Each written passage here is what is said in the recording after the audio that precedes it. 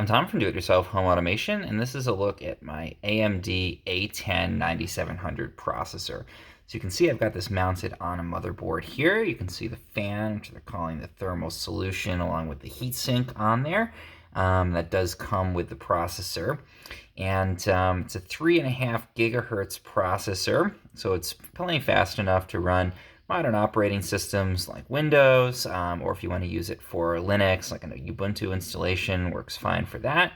It does have built-in Radeon graphics, so that's definitely nice. Paired with a proper motherboard here, I can get my graphics out on the side with an HDMI port. And they call the thermal solution here nearly silent. I think that's true when it is running.